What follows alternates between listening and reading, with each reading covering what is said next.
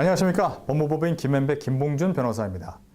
이슈 앤 이슈. 오늘은 한국과 미국 등 선진국의 어른, 즉 성인들의 능력에 대해 살펴보겠습니다. OECD, 즉 경제협력개발기구는 지난 10월 8일 국제 성인 역량조사라는 의미에 있는 보고서를 발표했습니다. 이 보고서는 무려 446페이지에 달하는 방대한 분량의 보고서입니다만 언론은 일부 내용만 보도됐기 때문에 오늘 자세히 한번 살펴보겠습니다. OECD는 한국, 미국, 일본, 독일 등 24개국을 대상으로 하고 있습니다. 조사는 2011년과 2012년 2년이 걸렸고 조사 대상자들이 무려 15만 7천 명에 달합니다.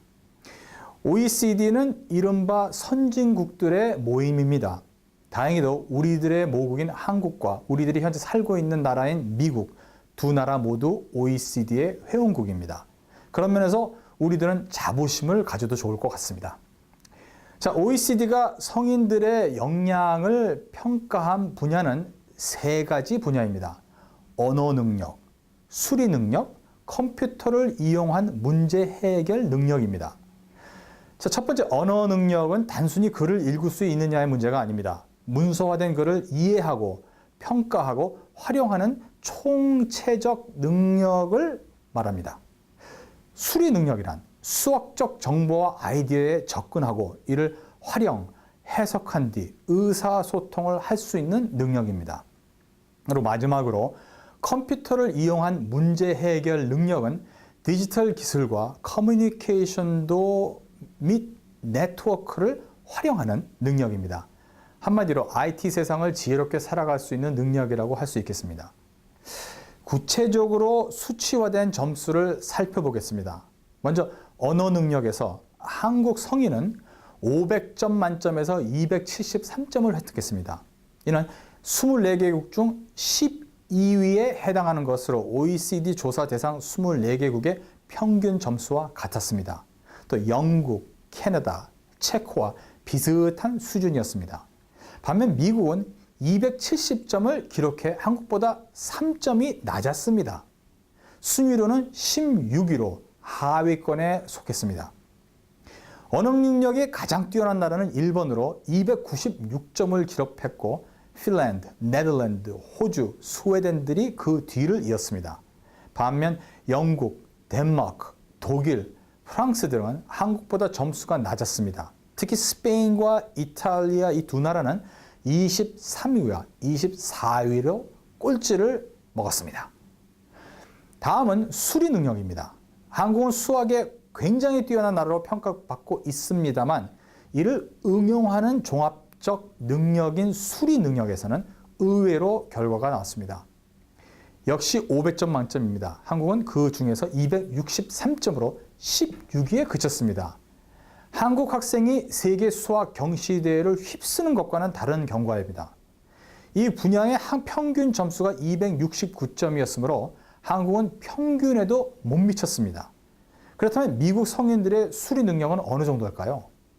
미국의 점수는 253점으로 24개국 중 21위, 즉 끝에서 세 번째로 사실상 꼴찌였습니다.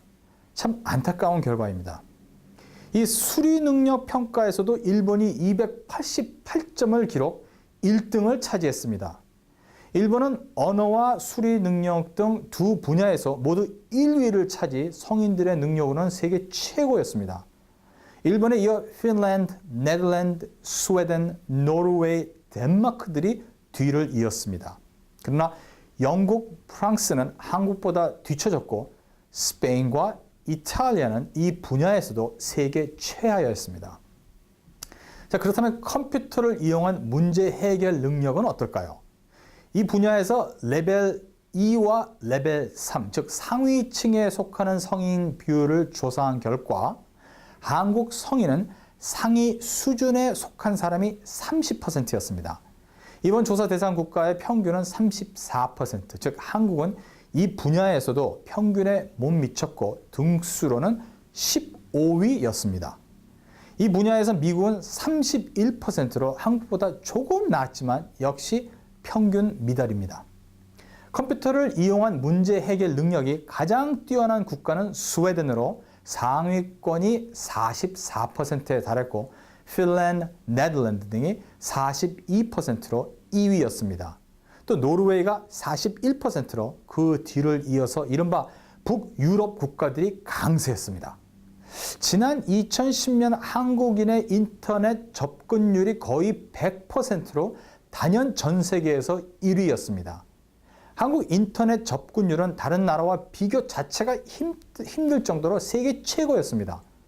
그렇지만 컴퓨터를 이용한 문제 해결 능력은 하위권에 속한다는 것은 인터넷 접근뿐 아니라 이에 대한 응용 능력이 필요하다는 것을 의미하겠습니다. 자, 오늘 성인들의 능력을 살펴본 것은 한국과 미국 이 두 나라가 과연 다른 나라와 비교할 때 어느 위치에 있는지를 알아보기 위한 것입니다. 또 과연 우리와 그리고 우리 자녀들에게 필요한 것이 무엇인지를 살펴보는 것입니다. 안타깝게도 미국이 언어, 수리, 응용 능력에서 다소 약한 모습을 보인 것은 사실입니다만 국민성이나 리더십에 있어서는 되려 한국이 배울 부분이 많다고 생각됩니다.